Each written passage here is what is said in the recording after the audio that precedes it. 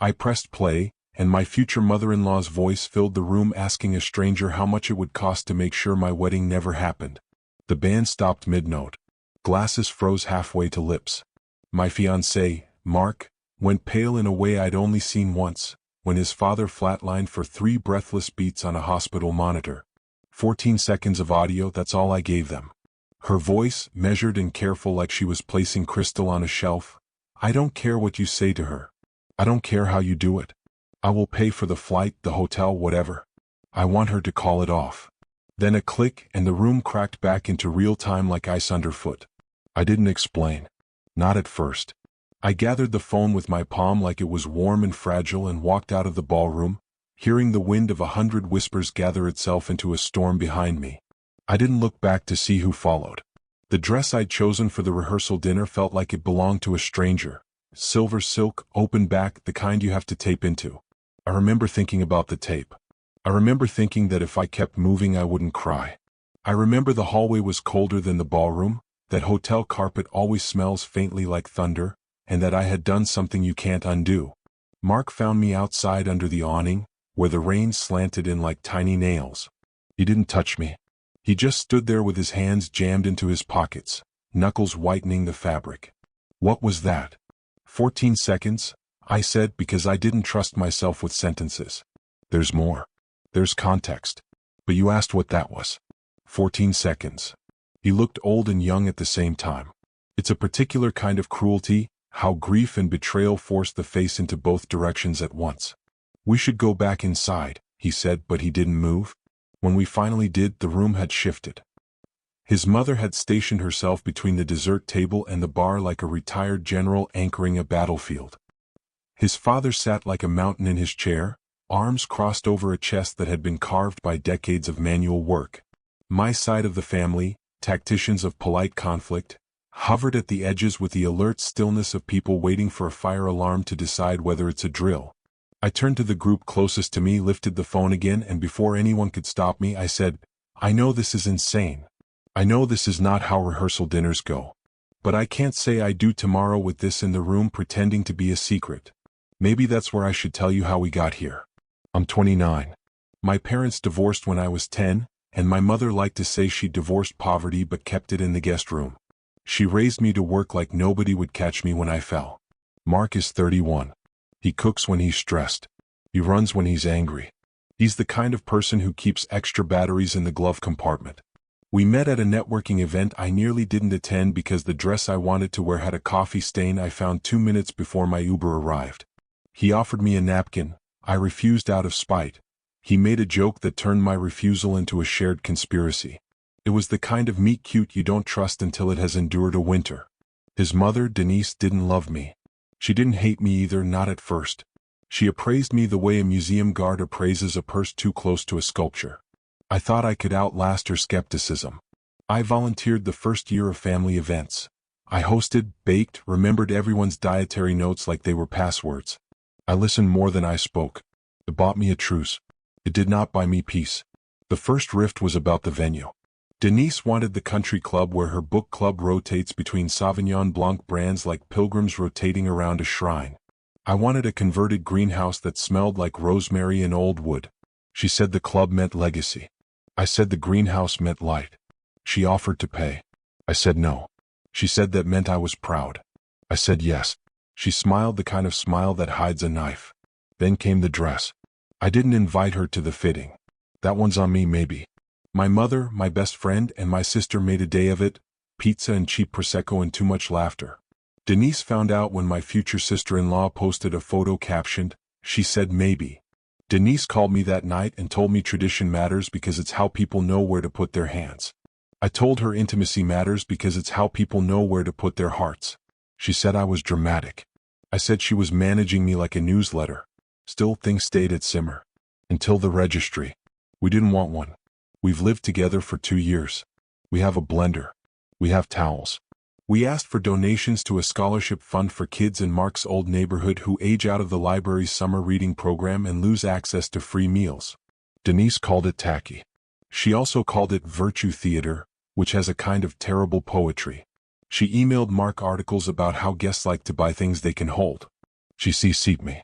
When we stuck to our plan, she created a registry herself under our names with a list of items so aggressively beige it felt like performance art.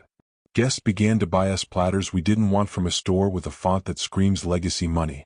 I laughed so I wouldn't scream. Mark asked me to pick my battles. I started keeping a list.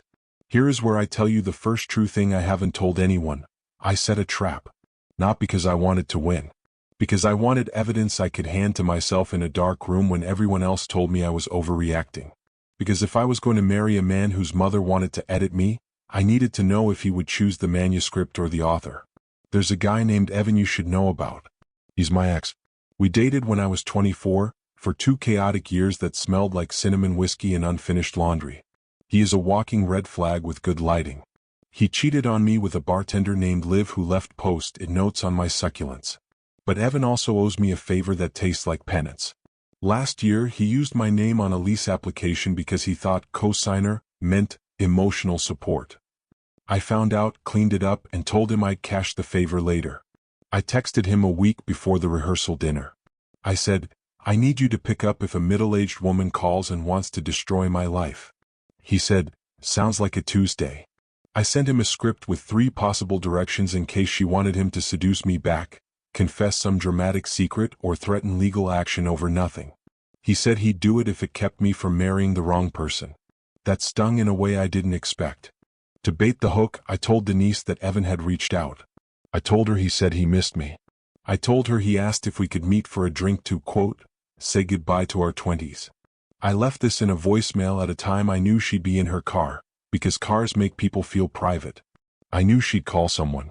I needed her to call him. I needed her to do it without believing anyone would ever hear it but the one she was buying. And she did. The call came 2 days later while I was on a conference call about quarterly budgets and pretending phrases like, upside in Q3, don't make me want to walk into the sea. Evan recorded it. I didn't ask him to. He just does that thing men like him do. They document chaos so they can say later they only reacted. Denise introduced herself with this practiced warmth that made me think. This woman could sell soup to the ocean. She didn't threaten. She negotiated. Here's what we both want, she said. We both want her to have the life she thinks she wants. She framed sabotage as kindness. She framed interference as mercy. She asked what it would take for Evan to remind me of the life I used to live, the one with late-night drives and bad decisions and the kind of laughter that sounds like surrender. She made it sound like a rescue. Money never mingled with morality in my head the way it does in hers. She kept it clean like she'd run it through a PR wash. He asked, why are you doing this? And she said, because I don't believe in strangers raising our children. The word caught in the speaker like a cherry pit. I listened to the whole hour that night in bed with the lights off, my phone a cold rectangle against my ear. There were parts where I wanted to throw up. He asked what to do if I kissed him back and she said, you won't need to. You just need to unsteady her. There were parts where I laughed. She asked him if he could play the piano because she thinks too many men who fail at fidelity are also bad at music. There were parts where I wondered if I had become the very thing I feared. Someone who makes a show of righteousness while practicing calculation. And then she said the thing that made my skin go quiet. If she marries into us, she marries into a legacy. That legacy has rules. If she wants out, she can have my son's blessing and a comfortable landing. If she wants in, she'll learn to let me help her make good choices. Help. Good choices. The words braided themselves into a collar. I didn't tell Mark that night. He was asleep, mouth slightly open, the muscle in his jaw still moving like his dreams were chewing something tough. I watched him and thought, do I trust you? I have always trusted your kindness like one trusts gravity. But gravity can't choose. Gravity only pulls. I needed to know if he would choose me when the ground shifted. So I waited until the rehearsal dinner. I waited until Denise hugged me in sequins that felt like armor and told me I looked expensive in a brave way. I waited until the toasts were about to start, until the room had built itself into a balloon of expectation. Then I pressed play. You might hate me already. That's fair. You might think I humiliated a woman in public because I wanted to see her bleed. I can't defend the theater of it. I can only say I was tired of being told to pick smaller battles, tired of eating slight after slight like a diet that promised virtue. I wanted the truth to sit at the table with us in a dress no one could ignore. The room experienced the stages of grief at 1.5x speed. Denial first, That could be anyone's voice. Then anger, how dare you record private conversations? Then bargaining, let's discuss this later. Then the quiet crater of sadness that opens in a group when a story collapses. Acceptance didn't arrive until dessert, and even then it wore a fake mustache. Mark's father, Jim, stood up like a tree deciding it's windproof. He said my name softly like a finger smoothing a wrinkle. Can you tell us what we're listening to? I had prepared for rage. I had not prepared for kindness. It felt like being offered water when you've trained to dodge knives. I said what needed saying, that Denise called my ex, that she tried to buy the end of my marriage before it began, that I had proof, that I had wrestled all week with whether to keep it private, that I chose public because I was the one who'd been made public in a registry I didn't write, in a venue I didn't want, in a future I was being told would be curated by a woman who thinks legacy is a leash. Denise didn't flinch. She looked at me like I was a puzzle box, one she had opened before and could open again. I did what mothers do, she said, and it was so clean, so smug I tasted metal. She kept going, voice calm as a phone customer service rep who knows the script wins. I protected my son from a mistake with long-term consequences. I offered a young man a way to facilitate a conversation. I would do it again. Mark sat down. That was when something complicated happened. I expected him to choose a side. I had reduced it to a binary in my head, me or the machine. But he did neither. He folded in on himself like paper with too many creases and whispered, "Mom, why?" The question wasn't theatrical. It was so small I almost couldn't hear it over the AC. She said, "Because you are not strong enough to stop her from being herself." It hurt because it was obscene, and it hurt because it had once been true. I am stubborn in the way that keeps people alive and also ruins dinners. In the silence that followed, my sister pulled up a chair like a referee. She has the gift of speaking in declarative sentences that stop adults mid-performance. "This is not about a venue," she said. "This is about control. If you want her to be your daughter-in-law, you don't get to buy a version of her. You get the one who says no to you." Denise rolled her eyes in a way that would have been funny if it weren't a weapon. Then Evan texted me. 3 words, she called again. I didn't read it out loud. I didn't have to. The look on my face told Mark enough to take the phone from my hand like it was burning me.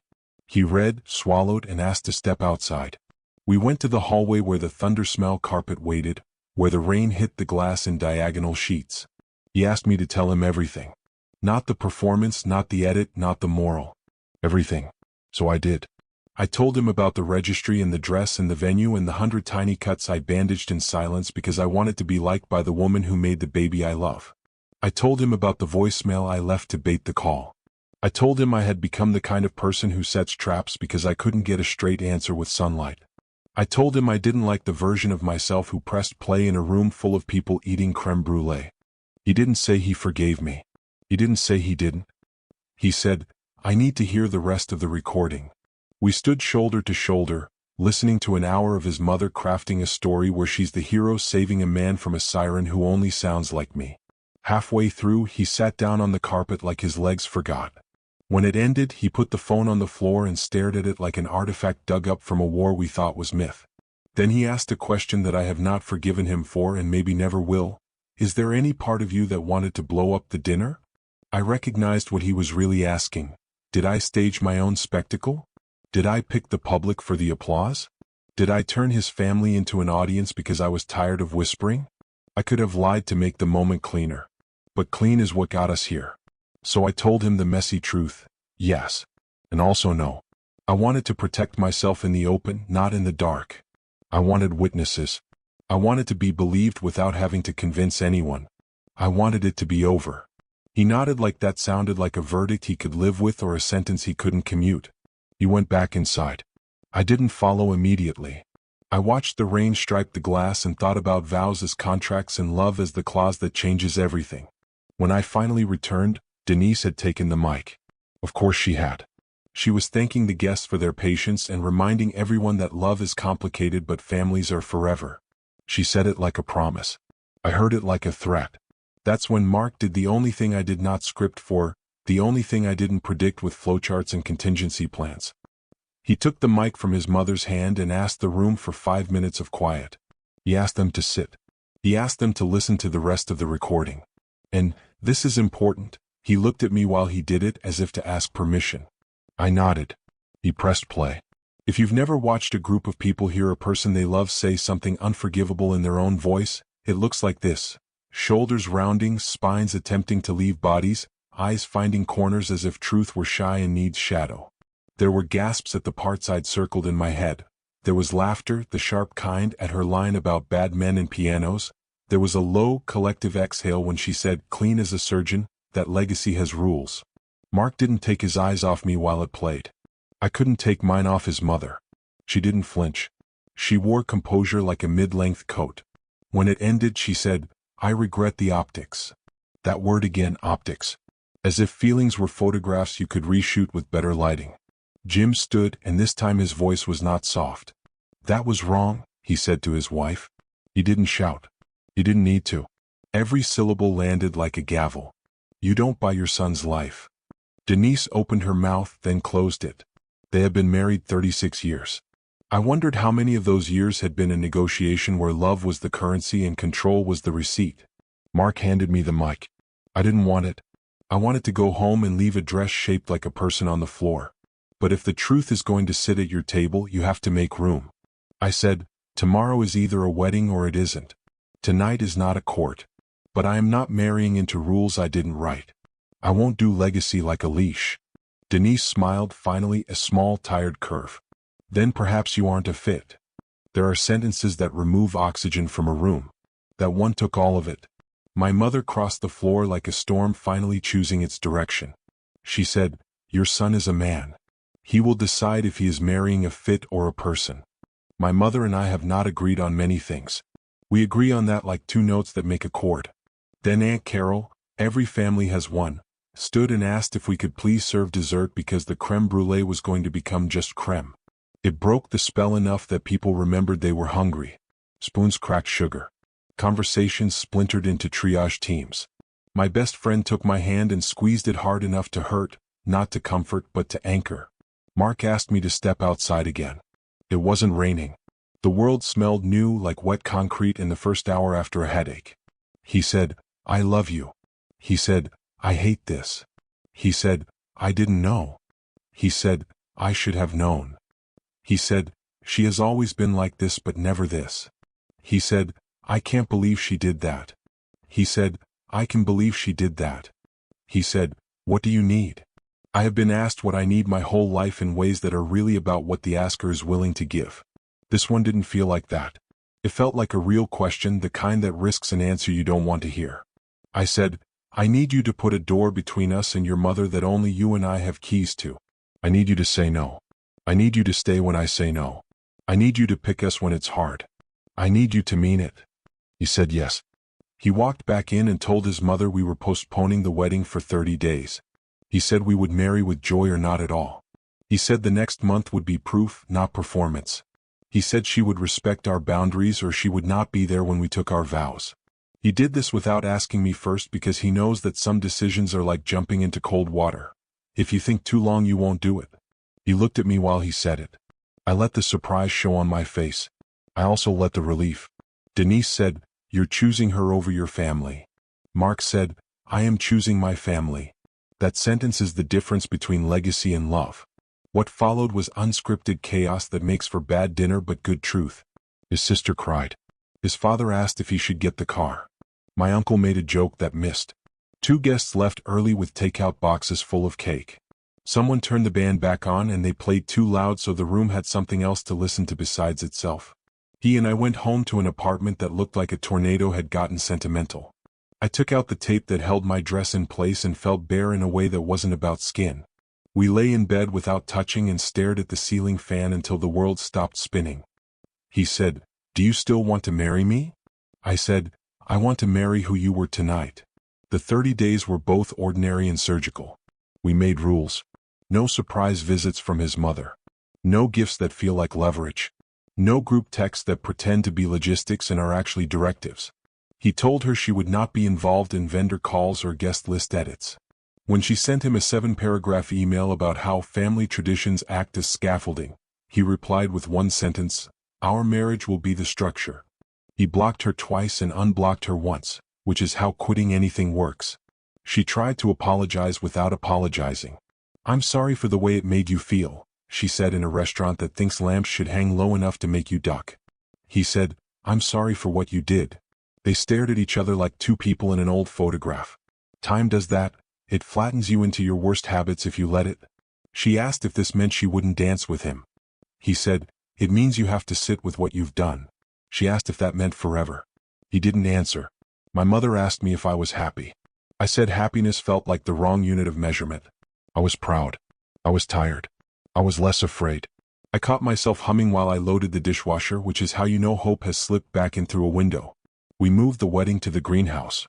We invited fewer people. We cut the speeches. We replaced the registry with a stack of donation cards and a note that said, "Thank you for helping us build the kind of legacy that feeds children." We asked the band to learn one song. We asked a friend to take photos on film so we couldn't edit our faces into the past we wanted. Denise RSVP'd no and then yes and then no again. She sent a letter that was more statement than apology. It used words like misunderstood and intent. It did not use words like wrong or sorry. We left the seat for the mother-son dance empty. Jim came. He hugged me like an apology that belonged to someone else and told me I looked like I had made a choice and was going to live it.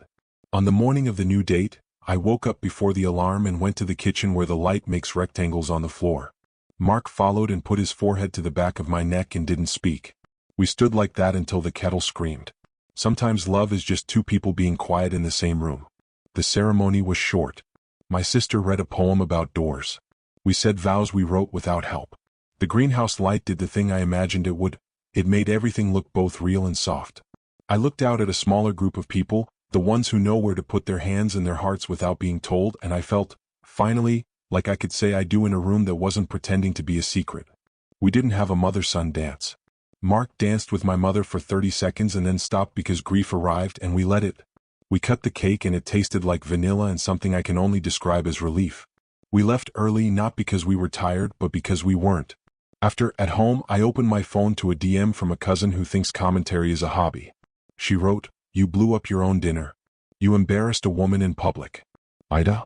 I typed and deleted a dozen answers. Then I wrote the only truthful one I have. I pressed play on a truth I didn't make. I showed people the shape of the thing that was already sitting at our table. I wanted witnesses because I have learned that harm hides best in rooms with no doors. So, AITA for detonating the rehearsal dinner with a recording of my future ML offering to pay my ex to unsteady me? For choosing evidence over etiquette? For setting a trap to catch the hand that kept rearranging my life like a centerpiece? I can live with the answer as long as it's honest. If I'm the villain in Denise's story, so be it. In mine, I didn't fall in love to be managed. I didn't say yes to be curated. I said yes to a man who, when faced with a legacy dressed as a leash, put the collar down and picked me instead. If that makes me the A****, then I will be one with a greenhouse full of light.